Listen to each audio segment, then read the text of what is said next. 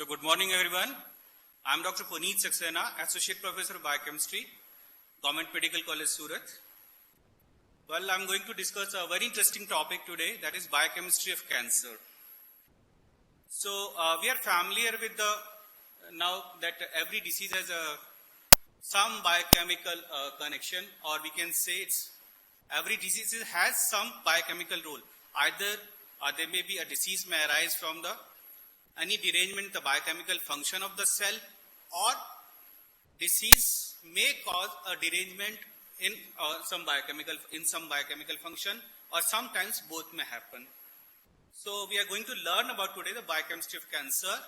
We'll learn what is cancer, how cancer happens, means what is its etiological mechanism, what is its mechanism, what are the various factors which causes cancer, and what is the chemotherapy, or some words about the chemotherapy and tumor markers. So question is, what is the cancer? We can say cancer is a disorder of cell growth. As you know, the adult cell human has got 10 raised to the power 14 cells, and this 10 raised to the power 14 cells the figure remains constant throughout the life. So why? Because there is fine balance between a cell birth and cell death. The balance between cell birth and cell death keep this number 10 to the power 14 to the constant, and this balance is maintained by some regulatory mechanism which are related with both production of a new cell and destruction of aged and senile cells. In cancer, what happens? This balance is disrupted. As a result of this, there is abnormal or unregulated growth which causes cancer. So excessive proliferation of cell produces a tumor or mass of the cell. This tumor may be benign or it may be a malignant tumor. So benign tumors are they are slow growing, they are well defined, very fine, confined to their original location. Means they do not spread to the other parts of the body, and they do not invade the surrounding structures also. So that's why they are known as benign tumors. While malignant tumors are usually, they grow rapidly, they invade the surrounding tissues, they can even spread to the distant site. This is known as metastasis. And cancer cell, but there are certain cancers like cancers of hematopoietic cell, they do not form any tumors. You got my point? So that does not mean that every cancer has got some tumor. Cancers of hematopoietic system do not form tumors. Now the question is how cancer arises. Cancer arises from the single cell. A single cell may undergo some transformational changes and become a malignant cell that keep on proliferating and forms a malignant cell which ultimately form a tumor or other neoplastic conditions. The properties of cancer cell are, they are known as immortal cells.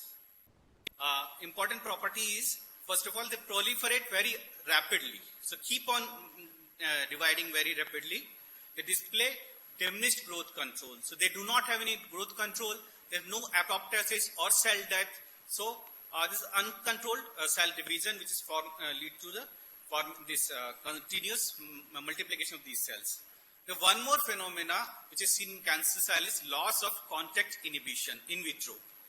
See what happens when a growing cell, dividing cell come into contact with another cell, division stops. As you can see the upper panel of the picture. While this keep on continuing. As a result of this, there is no loss of contact inhibition phenomena. And so this form a mass or this uncontrolled growth of a cell. Important thing is that they also invade the local tissue and spread or metastasize to the other parts of the body. Cancer cells are self-sufficient in growth signals. They are insensitive to anti-growth signals. So this is what is mechanism. They are self-sufficient. They are autonomous. They themselves produce their own growth signals, or they are insensitive to other anti-growth signals. They stimulate local angiogenesis. As you know, the formation of tumor, it requires more blood supply. So there is local formation of new blood vascular from the surrounding areas. And One more thing is that they're able to evade apoptosis. Apoptosis is nothing but programmed cell death. When a cell becomes senile, it is identified by because of some signals through the defense mechanism, and this leads to the cell destruction of the cell. This is known as apoptosis. So a cancer cell is able to evade apoptosis. That's why it is known as immortal. The cancer cell are formed from the normal cell. No cell per se is cancer cell. A normal cell is transferred into the malignant cell, and this keep on dividing. This means that when a normal cell transforms into cancer cell, there's some change occurs in the DNA, or we can say there's some mutation of the DNA. This change is transmitted to the daughter cells also.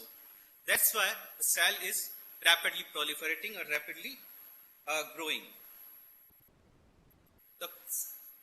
As you know, the mutation is basic. There are some changes in the permanent change in the DNA. So any substrate or any agent which increases the rate of mutation can also increase the rate of initiation or incidence of cancer. So therefore, all mutagens means all the substances or all the factors which causes mutations are called mutagens. So all mutagens are carcinogens.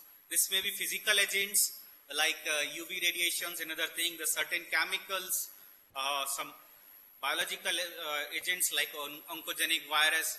Some cancers have genetic factors like genetic predisposition like CA breast, carcinoma of ovary, etc. Now we come to the physical agents. Physical agents are the physical agents that can cause cancer are UV radiations, X-rays and gamma rays. These all causes damage to the cell. Like ultraviolet rays causes formation of pyrimidine dimers, as if we studied. X-ray and gamma rays generate free radicals, and these free radicals which can damage the DNA molecule. So that's how the physical agents act. Now we come to the chemical agents. Many mutagenic chemicals that damage DNA are also known to cause cancers. There are various persons which are involved in various occupations, like those who are working in with aniline industries, or those who are related with the chimney workers. They're more prone to develop certain types of cancer. It is because of this is basically the occupation hazards, and this is because of their exposure to that mutagenic chemicals, which include aromatic amines, polycyclic aromatic hydrocarbons, alkylating agents, deamyanating agents, alkaloids. Some of them are even medicines which are used for the treatment of cancer also. Here is a list of some mutagenic chemicals like polyaromatic hydrocarbons, benzopyrene and dimethyl benzothionein. These are present in the smoke of cigarette. So it contains tar, which contains polyaromatic hydrocarbons. That's why it is said that smoking is related one of the etiological factor of the lung cancers. Then aromatic amines, acetyl aminofluorine, and methylphoramminobenzene, etc. The nitrosamines, nitrosamine, methyl nitrosamines, various drugs like alkylaging agents which are used in treatment of cancer, like cyclophosphamide, diethylsterol, which is a synthetic non-sterile estrogen. Apart from these, are certain naturally occurring compounds like alpha-toxin B, which is present in the certain fungus, dactinomycin, which is an antibiotic, which can cause these are list of mutagenic chemicals which can cause the cancer. Now, some of these chemicals can directly transform the normal cell into cancer cells. These are known as carcinogens. Some of them are not directly carcinogen, but they can be converted into certain other substances or certain other carcinogenic chemical. These are known as procarcinogens. The chemical carcinogenesis comprises two stages like initiation and promotion. Initiation means it is the stage where exposure to chemical causes irreversible change in the DNA or irreversible damage to the DNA. It is necessarily initial event of cell to become a cancerous. Now next stage is promotion. Conversion of sometimes from procarcinogen into carcinogen is usually occur by hydroxylation. as I said, there are certain chemicals which are pro-carcinogenic. They itself are not carcinogenic, but they convert because of some enzymatic action to the ultimate carcinogen, and they in turn causes the damage to the DNA. And this is catalyzed by microsomal hydroxylation systems. So procarcinogen is converted into ultimate carcinogen, which in turn causes damage to the DNA or mutation to the DNA. The promotion comprises the stage at which the initiated cell becomes to grow and proliferate abruptly. The important thing is that once initiation takes place, the cell doesn't die. The changes in the DNA remain permanent, and the cell divides, and all the changes transferred to the new progeny of cell, that is in the daughter cell. So promotion is the next step. So promotion comprises the stage at which initiated cell begins to grow and proliferate abnormally. That is the carcinogenesis. The cumulative effect of this is the formation of a neoplasm. Now there is test for mutagenicity. There are various tests for mutagenicity. One of the most common, which is most of the time is asked as short note, is Ames assay or MS assay. This is a rapid and inexpensive test for detection of carcinogenicity of compound. In this, a strain of Salmonella typhimurium is used, which is itself is a mutant strain that does not synthesize histidine, and this histidine is required for the growth of the cell. So, it is to be grown in the media which is culture media which is containing histidine. This strain cannot synthesize histidine. Now, what happens when it is inoculated in the media containing histidine? It grows, and it is done in two plates. One is controlled, another one is known as test plate. A chemical which is to be tested is mixed with that with the culture media and diffused, and it is incubated for some times. So, if it is carcinogenic compound, it causes some mutation in the cell. As a result of this formation of more colonies in the test plate, which is because of as a result of mutation, the cell is able to synthesize histidine and they grow rapidly in the culture media. While in other control plate, there are very few colonies present. This is what I was explaining. The chemical is mutagenic, it will cause multiple mutation in the tester state. And one of the mutation restore the ability to synthesize histidine. As a result of this, the test petri dish contain the many colonies which is synthesized, which is formed. Bacteria, but sometimes what happens, or rather many times bacteria lack microsomal hydroxylase system. So this method is not suitable for the testing procarcinogens. As a result of this, procarcinogen has to be converted into the carcinogen. Therefore, it is difficult to detect procarcinosity in the test. So, to detect procarcinogen in the chemical can be pre-incubated with the mammalian liver homogenate, preferably the rat liver homogenate. And this rat liver homogenate will convert procarcinogen into carcinogens. And the same test is applied. So, procarcinogen is converted into carcinogen now, and it acts as it causes a mutation. Now we come to the certain biological agents. Biological agents are mainly, rather only certain viruses, both DNA viruses as well as the RNA viruses.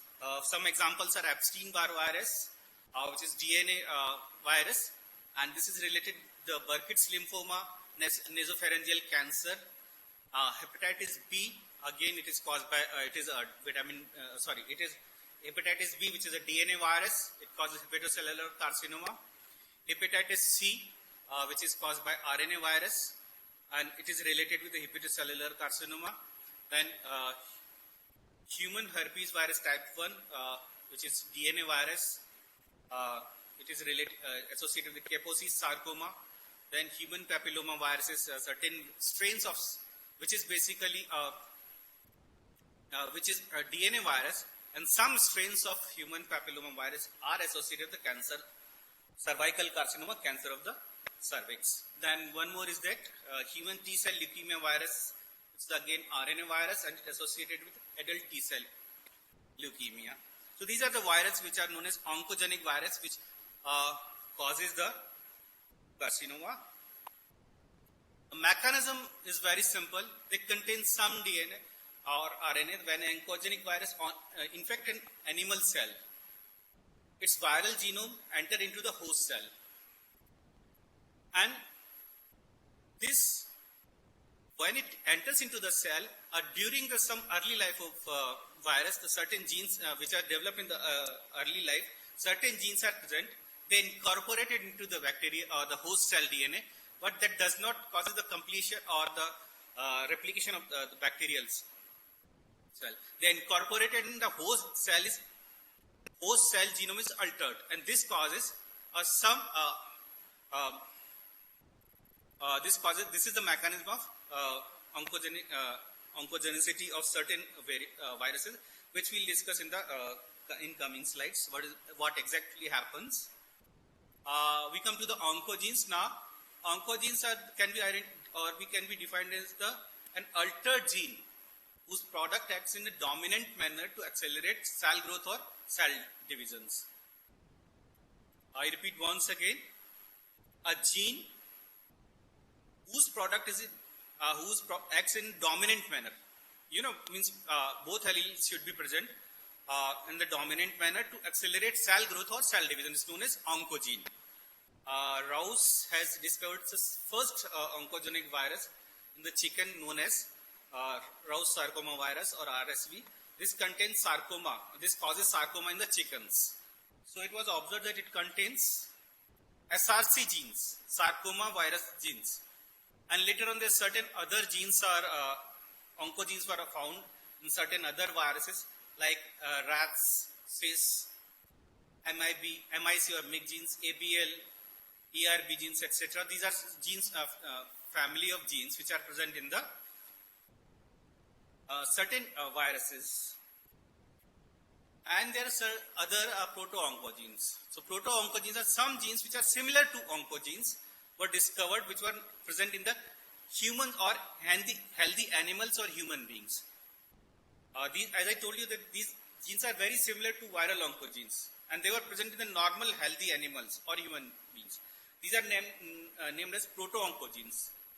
And it was suggested that the conversion of proto-oncogenes into oncogene transform a normal cell into the cancer cell. So, conversion proto-oncogene into the oncogenes may be brought about by either by radiation or exposure to certain mutagens or viruses. An activation of proto-oncogene is thought to be a critical event which pushes a normal cell into the malignant transformation. You got my point? So a cell which is a normal cell having certain proto-oncogenes, and these proto-oncogenes are converted into oncogene genes, and that is a critical event which takes place when a healthy cell or normal cell is transformed into the malignant cell. Now we come to the functions of proto-oncogenes. Proto-oncogenes are present in the normal cell. This is very important. While oncogenes are present in the viral cell, proto-oncogenes are present in the normal healthy animals or human beings. And like all other genes, they encode some proteins, and these proteins are related to the cell growth. This is very important thing. What happens? The proteins which are encoded by these are either growth factors, receptors of growth factors, the certain signal transducing factors that transmit growth, transmit a signal from growth receptors to the factors. A growth factor resembles the hormone-like protein. They stimulate the growth of their target cells. The target cell processes some transmembrane receptor for the growth factors. And the growth factors may either act locally, like autocrine manner, or they can act on the distant cell from where it is going, where it is being formed, like in the endocrine manner, or in the neighboring cells, like in the paracrine way. The important thing is that cytoplasmic portion of a receptor may have some tyrosine kinase activity. So when a ligand binds to this, it sends some signals to the adenyl cyclase, and then itself in turn some signals to the phosphoinositidase. Sometimes there may be involvement of a G protein, which may also be involved in the signal transduction. Like this, you can see the signal factor binds. This is the point where the growth factor comes. It binds with the intracellular part. It contains some tyrosine kinase activities, produce some signals, which is transferred to anal signals, and these ultimately act on the cell control mechanism and causes the activation of proto-oncogene to oncogene. The examples of growth factors are platelet-derived growth factors, epidermal-derived growth factors, nerve growth factors, fibroblast growth factors, insulin-like growth factor IGF-1 and IGF-2.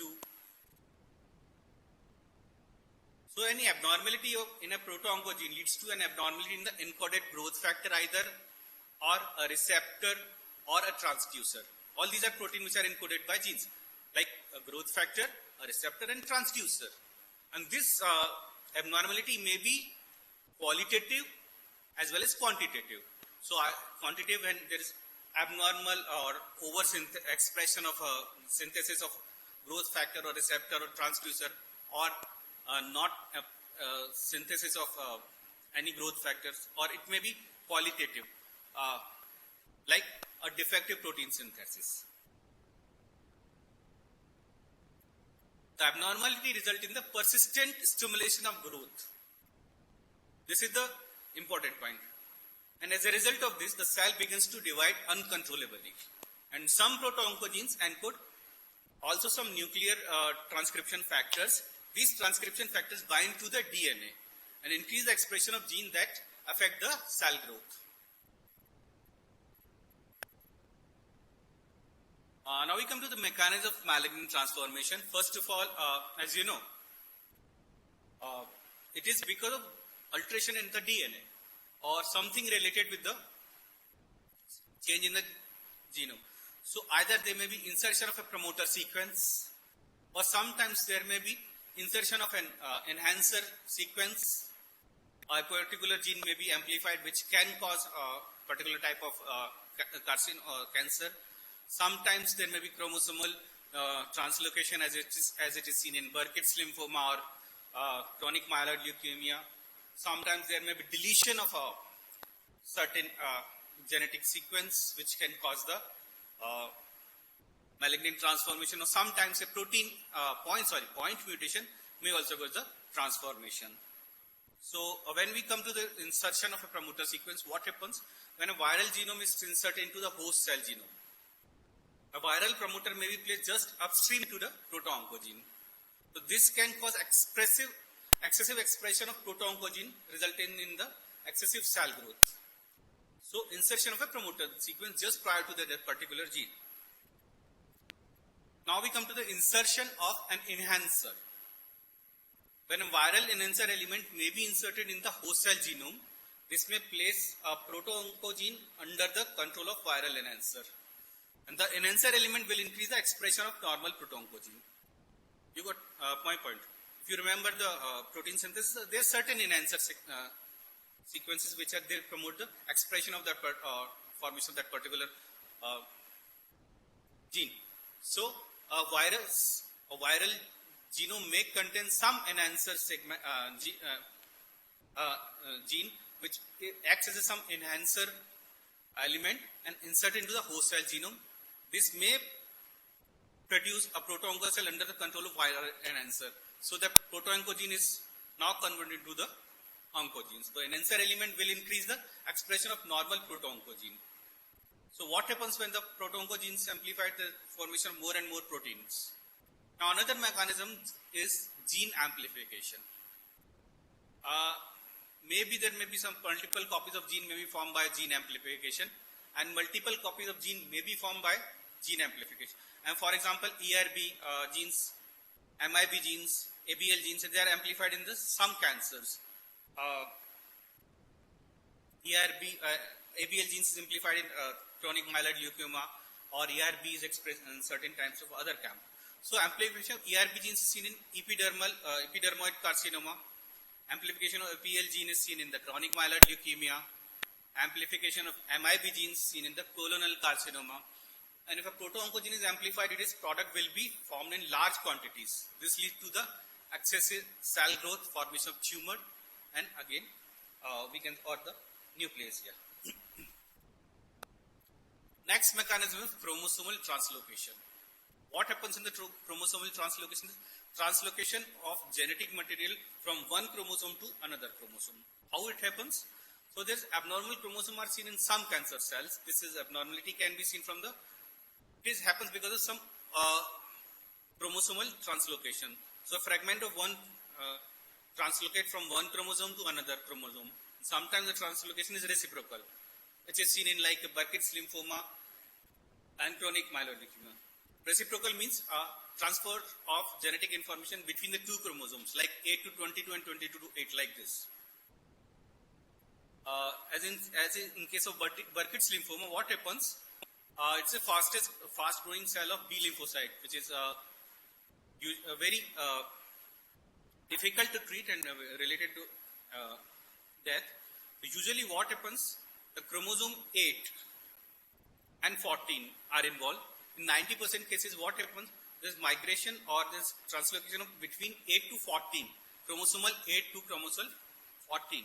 So 90% of patient has got this translocation, while the chromosome 14 have a gene which codes for the heavy chains of the immunoglobulins. While in 10% cases, what happens? There is a translocation between 8 to 2 or 8 to 22, which are having human genome that code for the kappa or lambda chain respectively. So this are two varieties of Burkitt's lymphoma. Another is chronic myeloid leukemia. In chronic myeloid leukemia, this is MYC gene of chromosome 8 migrate to 14, 2 or 22. So this causes under control of enhancer element of either, if it is migrating on 14, so MYC genes come under the enhancer control of the synthesized heavy chain gene, or if it is migrating on 2 or 22, it will be under expression of kappa or lambda chains. So we can say that as a result of this translocation, expression of MYC gene is increased. In chronic myeloid leukemia, this transformation between 9 and 22. The chromosomal 9 contains ABL genes, which is a proto-oncogenes, and chromosomal 22 contain BCR genes, or also known as breakpoint cluster region gene. So as a transformation of this, the part migrate from the 9 to 22 carries ABL genes. So they break in the chromosome at the chromosome 22 occurs in the middle of BCR gene.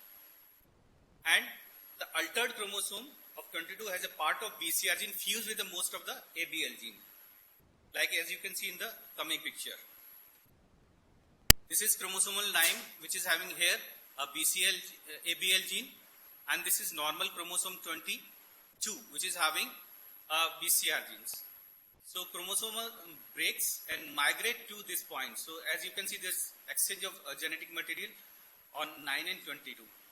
And this formation of BCR ABL. So these chimeric genes code for this is known as Philadelphia chromosome. And this gene, ABL BCR fusion gene, encodes for a chimeric protein which is unregulated and causes the neoplasia. The tyrosine kinase activity of BCR ABL fusion gene remains, and even in the absence of growth factor. See what happens, normally tyrosine kinase activity requires some growth factor, but in case of Philadelphia chromosome, this tyrosine kinase activity remains on and on and on, which causes proliferation, rapid cell proliferation. The fusion protein increases the rate of mitosis and inhibits the apoptosis. As a result of this, there is increased cell proliferation in the chronic myeloid leukemia. Now come to the deletion of particular segment.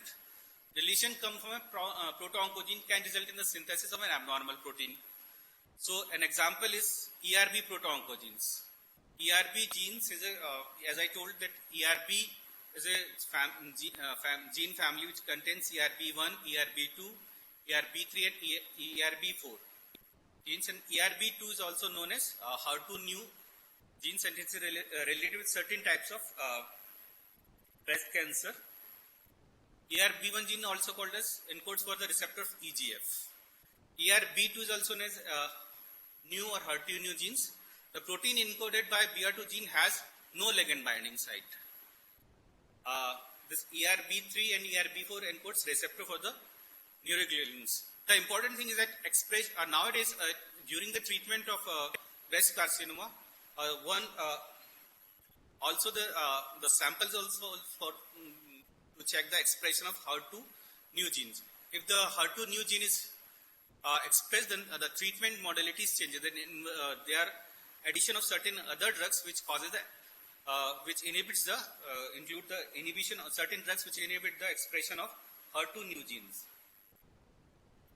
The EGF receptor is transmembrane polypeptide. It contains an EGF binding site on the extracellular site. It possesses a tyrosine kinase domain or the cytosine site. What happens? This is normal free EGF receptors. When EGF bind to this formation of dimer, activated tyrosine kinase, this got phosphorylated in the form the dimer. So binding of EGF causes them to dimerize. This activates tyrosine kinase domain of the receptors. So each receptor has peptide phosphorylates which tyrosine residues to other.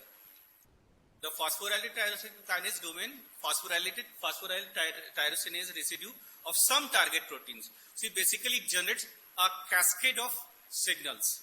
So once the tyrosine kinase phosphorylated, it activates or it phosphorylates some other protein, which in turn causes activation of some other proteins or phosphorylation of some other protein. So this generates signals that result in the cell division.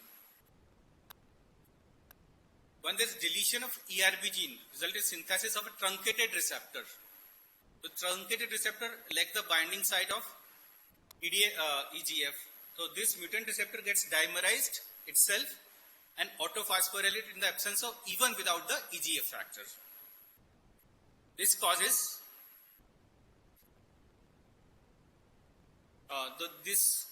so thus growth signal are generated persistently even in the absence of EGF, and this leads to uncontrolled cell division. So the deletion is also important for the cell to become transformation. Next is point mutation. Any point mutation in the proto-oncogene may lead to synthesis of an abnormal protein. This abnormal protein itself, this can result in the excessive cell division. So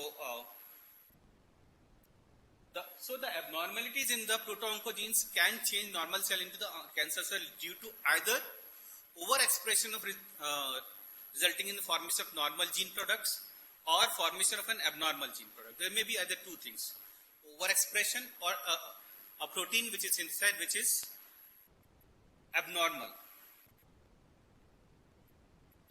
Now we come to the oncogenes. So the oncogenes are the mutated version of proto-oncogenes. These mutated versions are subjected to, they are not subject to normal regulation. The protein products are always abnormal. The difference between oncogene and proto-oncogene is that they are proto-oncogenes are present in the healthy individuals or healthy animals, while oncogenes are present in the viruses. Proto-oncogenes are having a prefix called C before their names, and oncogenes containing a prefix V. So we say CRAS. CRAS means the RAS proto-oncogene, while VRAS is a oncogene. Another thing is that anti-oncogenes. Anti-oncogenes are several growth factors promoting the proto-oncogenes are present in our genome. Some genomes having an opposite function are also present. These are known as anti-oncogenes or tumor suppressor genes. Anti-oncogenes encodes for the protein that inhibits the cell division, and they prevent the excessive proliferation of cell. So a balance between action of proto-oncogenes and anti-oncogenes is also important to maintain the optimum cell growth. Sometimes there is any mutation in the anti-oncogenes cause the loss of their inhibitory functions. So as a result of this, this balance tilts to the formation of unrestricted cell division, which results in the formation of a tumor cell or malignant transformation of cell. A few points about proto-oncogenes and anti-oncogenes. Proto-oncogenes are, they always, as I told you, they works in the dominant. So for the in mutation in both proto-oncogenes are dominant. So mutation in one allele is enough to alter its function, while anti-oncogenes are, these are recessive, and function is altered if both alleles are mutated. So this is one thing which we have to keep in our mind.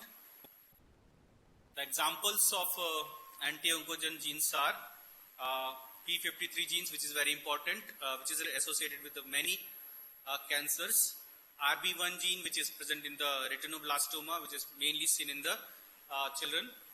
BRCA1 gene and BRCA2 genes both are related with the breast carcinoma and carcinoma of ovaries and other carcinomas. NF1 genes, DCC genes, P16 genes and WT1 genes. Out of this, P53 gene is most commonly asked as a short note in the exam. So I'm going to discuss that only. So P53, when P53 was discovered, it was believed that it was an oncogene. And the protein which are encoded by was found to be protein which P53 genes codes. It was found in a number of cancers. So it was thought that the oncoprotein, that this is the oncoprotein which is being expressed or which is being synthesized from an oncogene. But later on it was found that it was present in the healthy individuals also. So then, but the present, it was later found that healthy cells also contain small concentration of P53. And P53 present in the healthy cell is different from the P53 found in the cancer cells.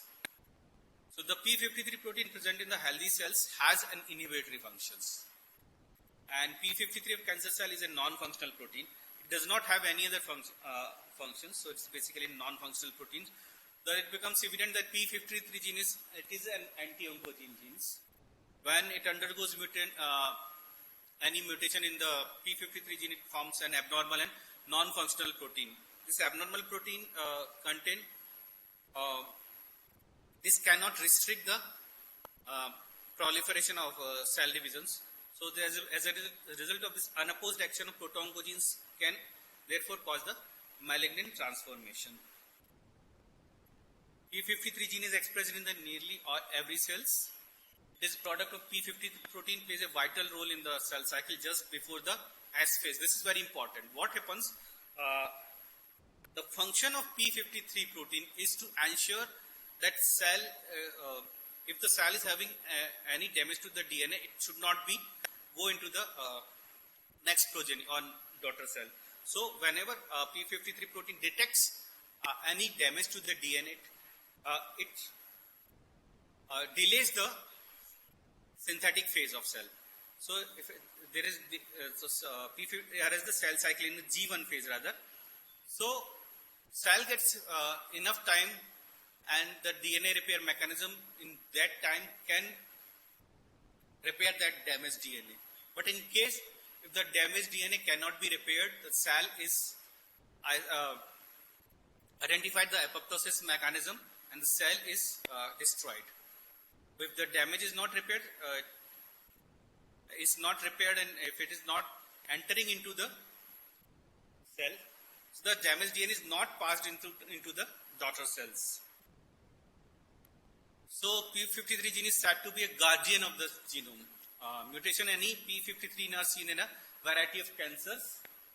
Most frequently mutated gene in human cancers, and loss of function of p53 genes plays a key role in malignant transformation. So the summary is mutation is a single proto-oncogene or a single anti-oncogene is not enough to cause cancer.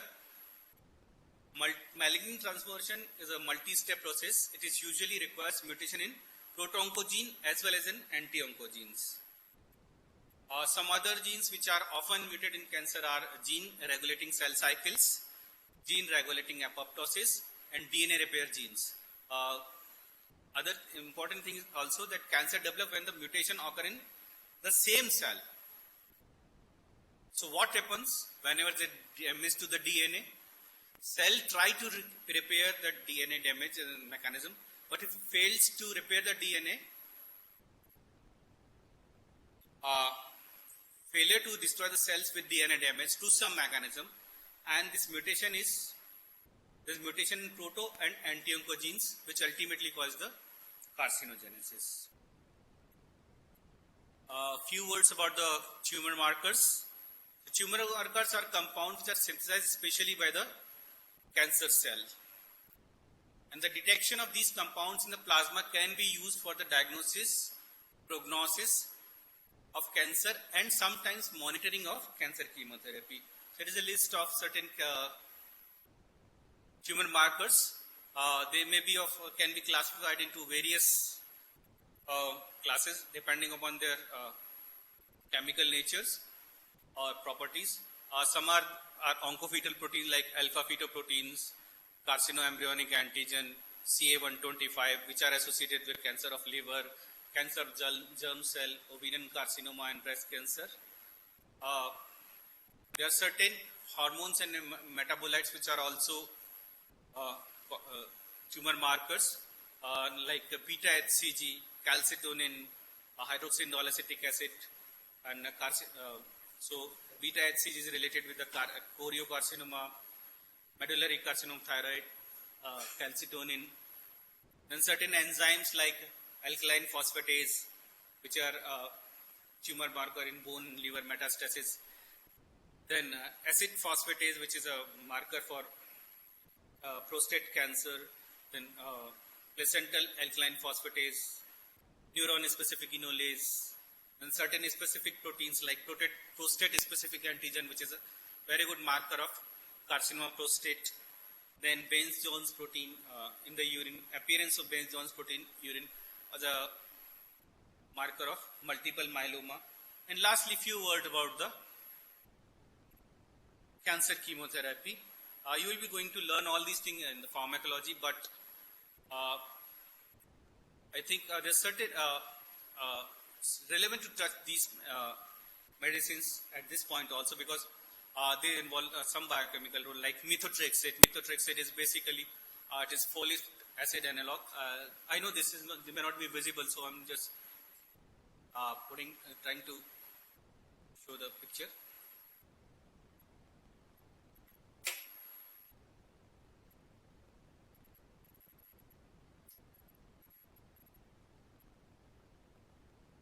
Like methotrexate is folic acid analyte, and the mechanism is competitive inhibitor of the cells, dihydrofolate reductase, then cis-6-mercaptopurine, which is purine analog, which inhibits the formation of AMP to IMP. Then certain other alkylating agent interfere the DNA strand during the cell replications. Others are intercalating agents, etc. So that's all about the cancer chemotherapy. Thank you very much. Control.